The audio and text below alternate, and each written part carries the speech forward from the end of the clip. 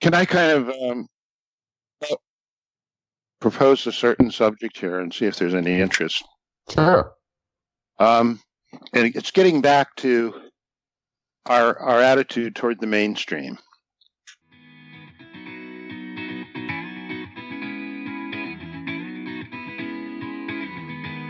Continuing the March 27th edition of the Electric View, Richard proposes a discussion on how to talk to the mainstream productively and with mutual respect.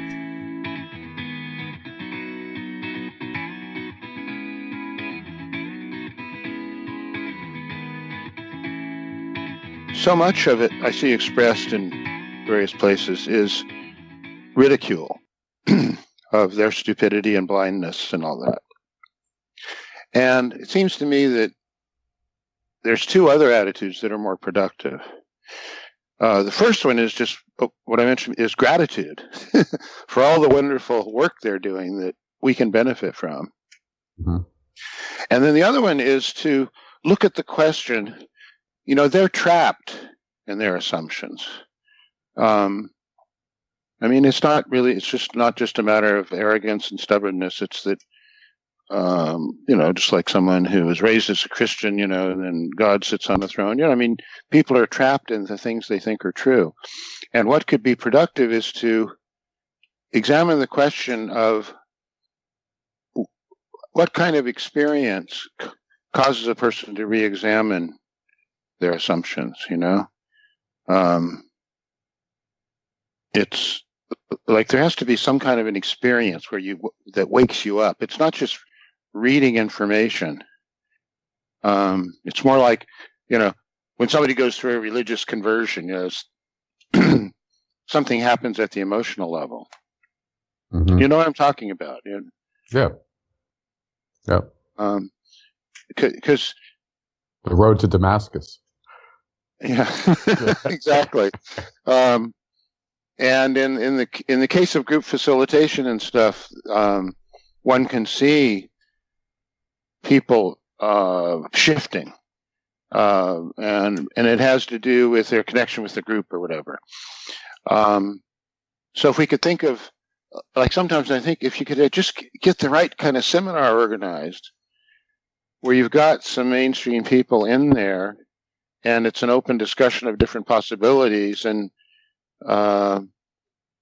EU things are just one of the things on the table, and it's an open discussion where people are learning things, then maybe something like that could lead to inroads. Well, what do you think about? I mean, it's an interesting one. I find it particularly compelling, but like Rupert Sheldrake's approach, I would say, would be the one where he's scoffing at mainstream science, although he is compelling and he's someone who seems particularly affable. Right. I've seen what Richard is talking about done twice now. Sheldrake is The Science Delusion. The other one is Universe Cosmology Quest, where it starts by breaking down and then giving you something new. But my most successful, and I'll call it conversions, for lack of a better term, that I've had a hand in, have been explaining to people, number one, from their point of view. So I have to recognize what they know, and then ask them particular questions that are not too far outside of their understanding. For example, when talking with a bunch of people who were mocking us, whatever, which I'm fine with. Go ahead, feel free. It was the Terry Lovejoy and those individuals. I took the opportunity to go, well, wait, I only used citations from NASA, and I only used the most basic of understanding, because they would make something, silly up, like saying, see, they thought this was going to happen. What a bunch of knobs, they would say, to the Electric Universe crowd. And then I would say something along the lines of, but what about this? for example, the ionic winds across the surface of of a comet, for example, and then I would just focus on that one little thing to get them to admit that that's a real effect. And the moment you could start with just that one little thing, you ended up going, okay, so you admit that there are, like, can't say it. You can't say, you have to let them have that sitting there, because the moment you double pound it in, they reject your opinion. So you have to sort of go, okay, well, now that we have ionic winds making dunes across the surface of this comet, let's talk more about it, and extrapolate from there, and slowly start bridging it up to make them see. Now, eventually, they will break with you. There's a point where they go, "Nope, you've gone too far. I'm done." However, the seed has been planted. And now you can just step back and allow them to think about that for a while. Now, okay, let's look at that a little bit, because in the experiences I've had, one of the things that needs to happen, you had a dialogue with two people, so it's a group of two people. And one of the things that's important, I think, is mutual respect. If you've got mutual respect, then you listen more to each other. Right. Whereas if it's purely I'm the smart one and you're the dumb one and I'm going to trick you, I mean, I'm not saying that's exactly what you were doing, but I think it's important for respect to be in that formula or in that scenario. I think that's one of the that's a pervasive problem where, the only way to have that type of conversation is if there's some kind of cohesion. Well, I had to go to his house, not physically, but I had to go to where he was king, and to allow, like, anyone that was calling me names, I had to let it all slide off my back, because I watched so many things fall apart because of their own sensitivities to this. I'm like, you walked into their house and started calling them liars. Of course they're going to ridicule you. You can't do that. You have to basically go, well, and I had to basically throw that person under a bus. I didn't really, but I ignored it. And I was like, okay, you're going to have to, just see it. I'm an EE. Allow me to explain to you generally electron flow and stuff like that, and see things. And here's NASA explaining it. Here's this explaining it, and you have to make it very, use citations only from who they respect, and that type of thing, and not reaching too far so their brain breaks. Because like I said, the moment you go you take that one step too far, and they start laughing at you again. So you have to be very, very careful. And yeah, it's actually more than mutual respect. I had to recognize my position as walking into their church. I mean, is it that important to convince them, or is it more important to start kind of just a new paradigm? It is a seed. It is the seed that you're talking about.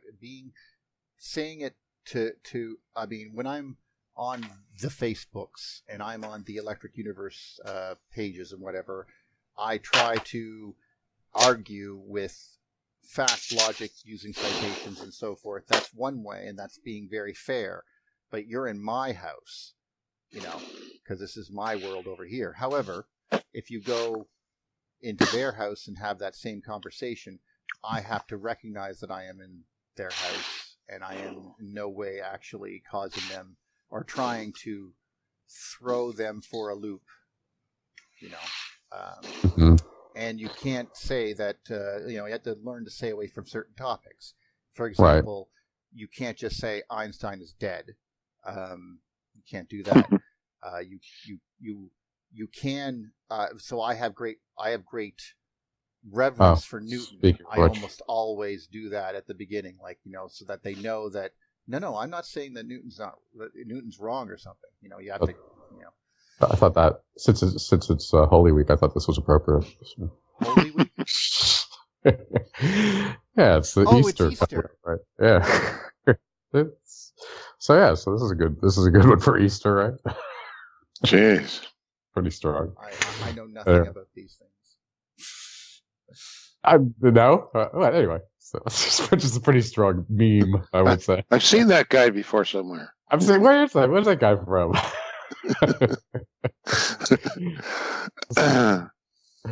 Yeah, I mean, the thing that's so drastic that we're kind of facing, from my personal opinion, is, and we're seeing it with the mainstream all over the place, is their structures are falling down. It's like the mainstream media, where it was just a one-directional modality of information, which was an immense amount of power. Of course, we saw it go from 3 channels to, to cable with 100 channels, etc. But now it's bi-directional, which changes the whole dynamic, and particularly educationally, because now that's bi-directional as well.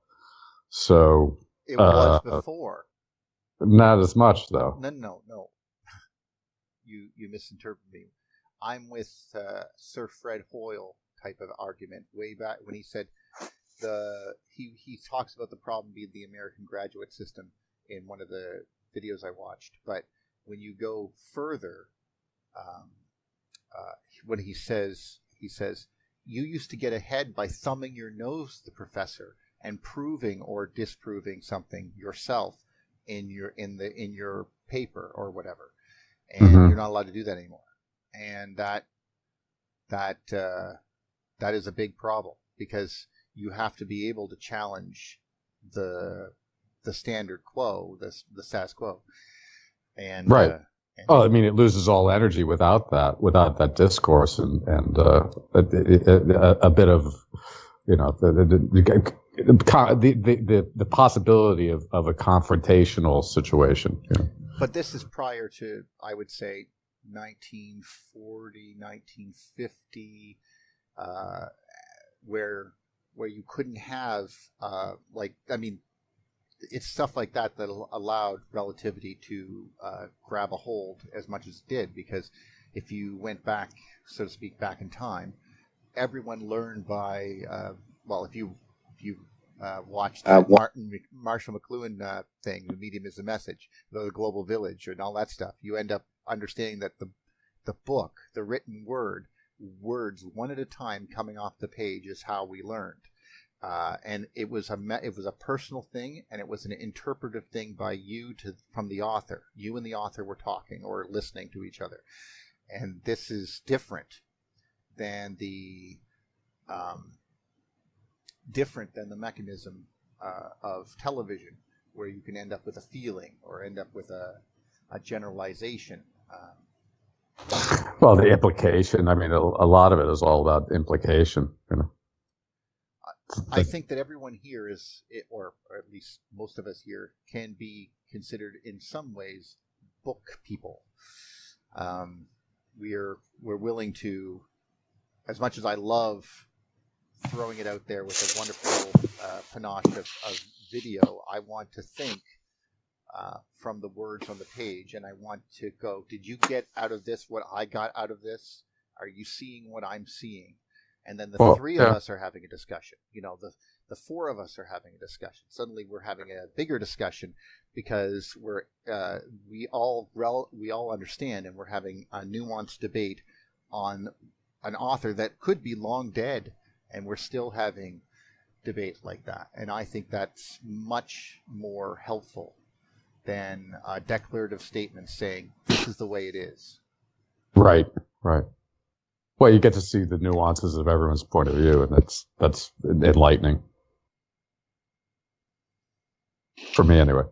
I agree. Yeah, I mean, the one thing that I, and this is available too, that I've had the luck to experience, but the ability to take ideas and actually try them. You can do, and inexpensively, because we're all running computers, but it's like, just with a little bit of knowledge, you can go out and you can model this stuff, and then it's like you can kind of see how it will act, and this is brand new too.